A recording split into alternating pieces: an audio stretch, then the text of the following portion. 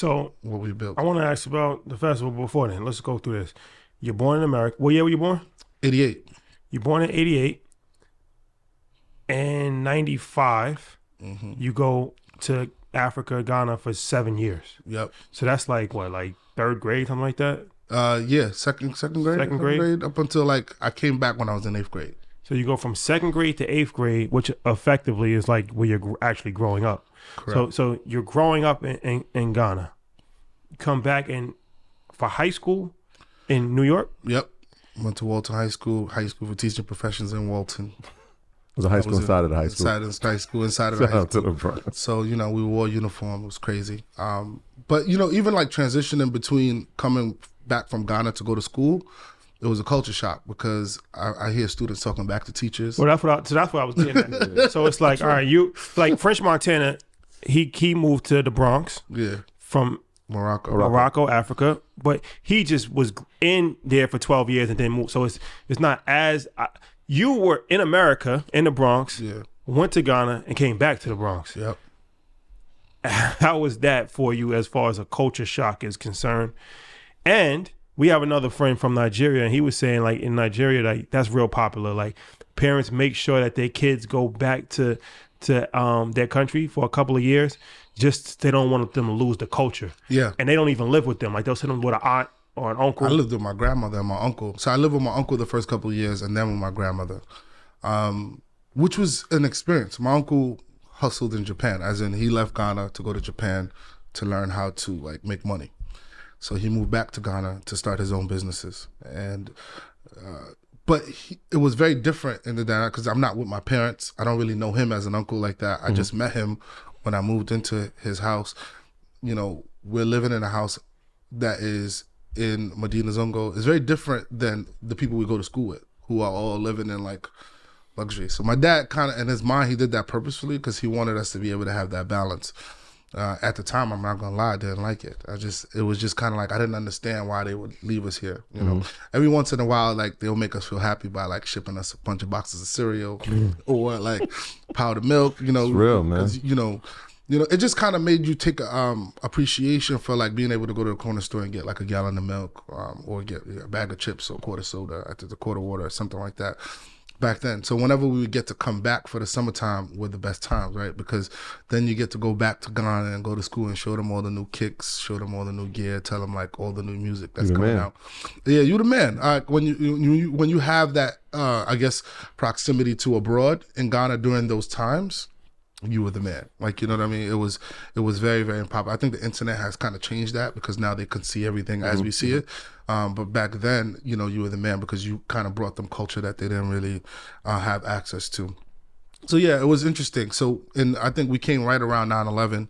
We moved back to the U.S. and my pops was like, you know, do you guys want to stay? And we're like, yes, Dad, we want to stay. Please. Like, you know, and you know, we stayed and it was a culture shock because going to school, like I knew about the clothes. Like, you know, my brother would let me hold his Jordans. I'll never forget. You know, that's the reason why till to this day I'm still trying to find the cool gray 11s because, you know, my brother would let me rock the cool gray. I should have put those up. Yeah, I know, but it's cool. The 3s are my favorite. All right, we got those too. So, you know, I would rock his, you know, and, you know, the thing that connected all of us was hip hop.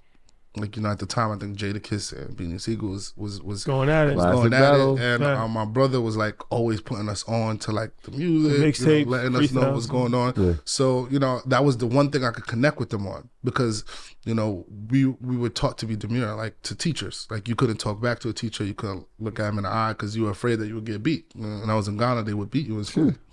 So back here, people was just cursing at teachers. I was on the other end of that. I used to look at like, yo, you talking to the teacher like, you know what I mean? So it was an interesting, you know, culture shock at the time because I wasn't used to that for a very long time. I couldn't understand how people were talking to teachers like that at the time.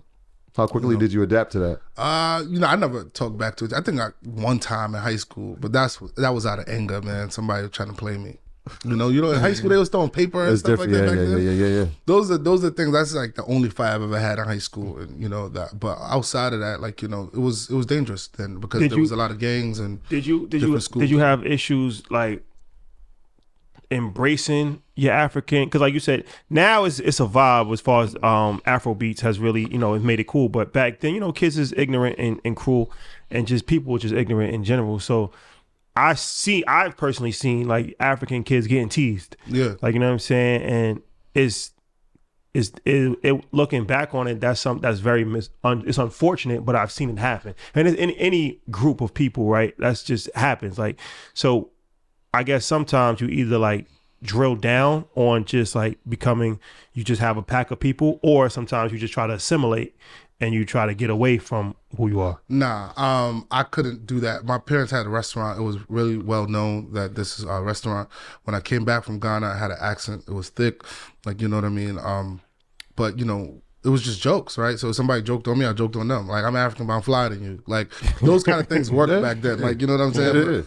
But you know what I'm saying? It would just be like quick jokes. And then eventually, kids are shallow in that they didn't really joke on you if you was fly, like, or if you had like a little bit of money or something like that. Like it was like the one thing that let them know. And then also like I have a very big family in the Bronx. Like, you know what I mean? I have 7 brothers, 8 brothers, mad cousins. Like, you know what I mean? So it wasn't something that people. He wasn't an outcast. I wasn't an outcast. I wasn't something that like.